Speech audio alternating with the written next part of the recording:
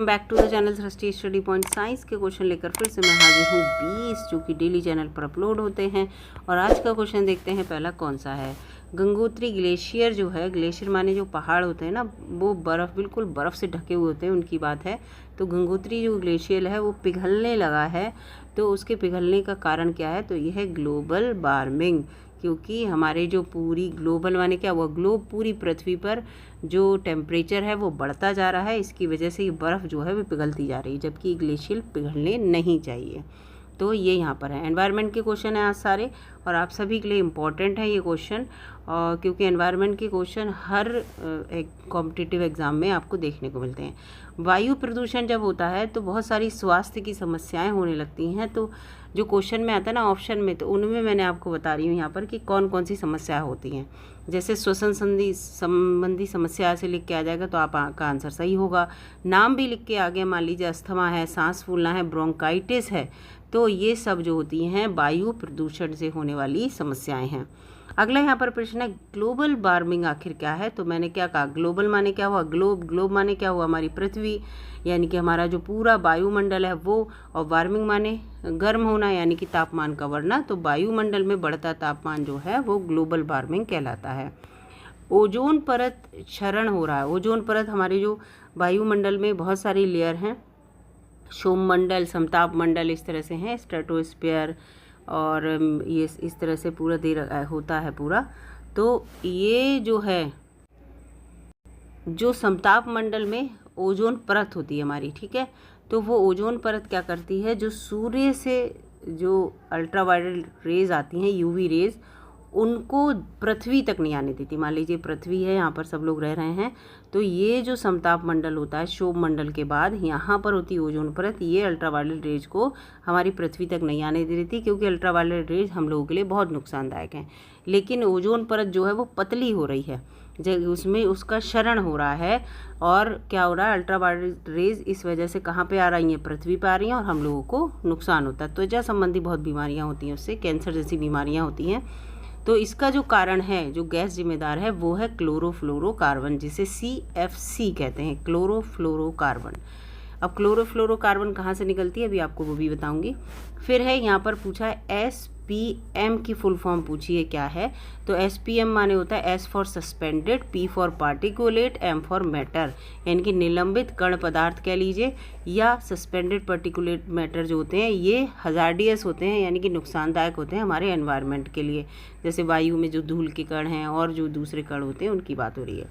अब इनके शुद्धिकरण के लिए अगर हमारे जल में जो हमारे ये निलंबित कण पदार्थ या सस्पेंडेड पार्टिकुलेट मैटर है, तो इसके लिए जो होता है चारकोल का प्रयोग किया जाता है। तो चारकोल की क्या भूमिका है, जल में जो SPM हैं, निलंबित सूक्ष्म पदार्थ हैं, SPM हैं, इनको हटाने का काम करता है। अगला यहाँ पर क्वेश्चन है, एक ग्रीन हाउस गैस का किसी का नाम बताना है, और यहाँ पर मैंने आपको बहुत सारी बता दी हैं। कार्बन डाइऑक्साइड, CO2, मीथेन और जलवाष्प। बड़ा इम्पॉर्टेंट है ये क्वेश्चन आता है कि ऑप्शन में आपको ना कार्बन डाइऑक्साइड मिलेगी, ना मीथेन मिलेगी, ना कार्बन मोनोऑक्साइड, कोई चीज़ नहीं मिलेगी। ऑप्शन में दे देंगे जलवाष्प। जलवाष्प लोगों को पता ही नहीं है कि भैया ये ग्रीन हाउस गैस है, नुकसानदायक है हमारे एनवायरनमेंट के लिए जलवाष्प जो है, तो जलवाष्प भी इसके अंतर्गत आती है। ओजोन का सूत्र क्या है, तो O3 होता है ओजोन का सूत्र, जो कि लिखा हुआ है। इसके आता है वायु। मान लीजिए जो वायु है और जल दोनों को प्रदूषित करने वाले कारक अगर हैं, तो उन कारकों का नाम बताइए क्या कहते हैं। तो उन्हें प्रदूषक कहते हैं, पोल्यूटेंट, ठीक है, पोल्यूटेंट कहते हैं उन्हें।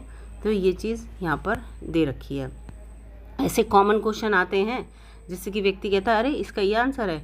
और बहुत सारे वायु प्रदूषणकारी गैसों के बारे में यहाँ पर पूछा है। तो देखिए sulphur dioxide SO2, carbon monoxide CO, nitrogen oxide NO2, इस तरह से ये जितनी भी गैसें हैं ये सारी जो हैं वो वायु को प्रदूषित करने वाली गैसेज हैं। कोई भी नाम आ जाएगा तो उसका आंसर आपका सही है। CO2 के द्वारा कौन सी विकिरण जो हैं, कौन सी रेज जो हैं वो अवशोषित की जाती हैं, एब्जॉर्ब की जाती हैं, तो अवरक्त किरणें, जिन्हें इंफ्रारेड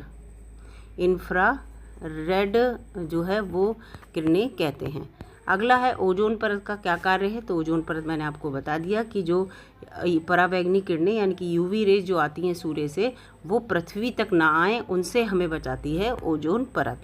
दूषित पानी अगर हम पी रहे हैं तो उससे कौन सी बीमारियां होंगी, कॉमन सा आप दिमाग लगाना, जो आंत की बीमारियां होंगी वो होंगी, क्योंकि दूषित पानी हमारी सीधे आंत में जाता है।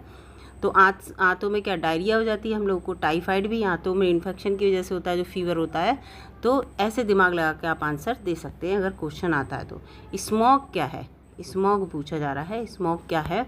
तो स्मॉग जो है वो धुआं और कोहरा दोनों जब मिल जाते हैं, ठीक है, वातावरण में धुआं है, फैक्ट्री वगैरह से जो धुआं निकलता है वो एनवायरनमेंट, और कोहरा भी आया हुआ है, इन दोनों के मिलने से जो बनता है वो कहलाता है स्मॉग। ये क्वेश्चन आ सकता है, ठीक है।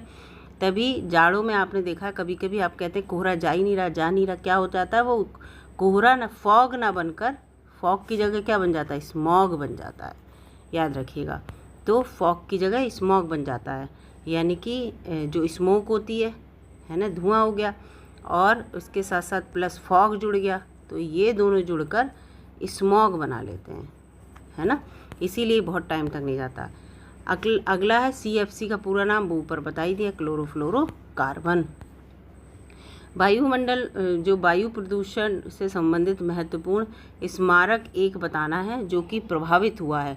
तो सबसे अच्छा उदाहरण है इसका आगरा का ताजमहल। आपने मथुरा में देखा है, मथुरा में ऑयल रिफाइनरी है, ठीक है, ऑयल रिफाइनरी से संबंधित पूरी एक इंडस्ट्री है, उससे जो धुआं निकलता है उसकी इंडस्ट्री से, उसकी वजह से जो मथुरा का ताजमहल है उसका जो संगमरमर है यानी कि जो पत्थर है वो पीला पड़ने लगा वाइट की जगह।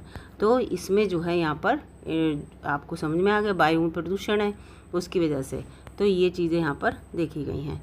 एक जैव निम्नीकरण उर्वरक के बारे में बताया, जैविक उर्वरक। तो जैविक कंपोस्ट जो होती है, चाहे बायो कंपोस्ट कह लीजिए, चाहे ग्रीन कंपोस्ट कह लीजिए, चाहे वो और किसी से, तो वो जो खाद होती है जो जैविक तरीके से बनाई जाती है उसकी बात हो रही है। सल्फ्यूरिक एसिड अगर मिला है यानी कि H2SO4 मिला हुआ है पानी में, तो उस बारिश को आप क्या कहेंगे, तो उस बारिश को तो हम अम्लीय वर्षा कहते हैं, ठीक है, अम्ल मिल गया उसमें। इसके बाद है कुछ ग्रीन हाउस, मैंने बताया ग्रीन हाउस गैसों के नाम, तो carbon dioxide, methane, nitrous oxide, जलवाष्प, ये सब जो है वो ग्रीन हाउस गैस, ऊपर भी बताया था, सब ग्रीन हाउस गैस हैं, याद रखिएगा, कोई भी एक आ सकती है। CFC जो है वो वायुमंडल में कैसे जुड़ती हैं भाई, कैसे सबको पता चल रहा है कि क्लोरोफ्लोरोकार्बन निकल कहाँ से रही हैं, क्योंकि CFC में इन्होंने बता दिया कि CFC जो है, तो ये CFC जो है एरोसोल स्प्रे, जितने भी स्प्रे होते हैं हम घर में स्प्रे करते हैं, घर सुगंधित रहे, ये सब, ये जितने भी स्प्रे हैं उनकी वजह से CFC निकलती हैं, क्लोरोफ्लोरोकार्बन। रेफ्रिजरेटर से निकलती है गैस, एयर कंडीशनर से निकलती है, तभी तो ये सब चीज़ें जो हैं ये कहा जाता है ये AC लगने से क्या हो गया है, एनवायरनमेंट गर्म हो गया है। तो ये सब फैक्टर यहाँ पर है। तो आज 20 क्वेश्चन मैं लेके आई थी जो कि एनवायरनमेंट से रिलेटेड थे, बड़े इंपॉर्टेंट क्वेश्चन थे, और इस टाइप के क्वेश्चन आपको एग्जाम में देखने को मिल सकते हैं। यहाँ पर 20 क्वेश्चन से लगभग आपके 40 क्वेश्चन तैयार हुए होंगे डेफिनेटली, क्योंकि एक क्वेश्चन में बहुत सारे आंसर मैंने दे दिए थे। वीडियो अगर आपको अच्छी लगी तो लाइक कीजिएगा, चैनल पर नए हो दोस्तों सब्सक्राइब कर लीजिएगा। मिलेंगे अगली वीडियो में, तब तक के लिए नमस्कार, धन्यवाद।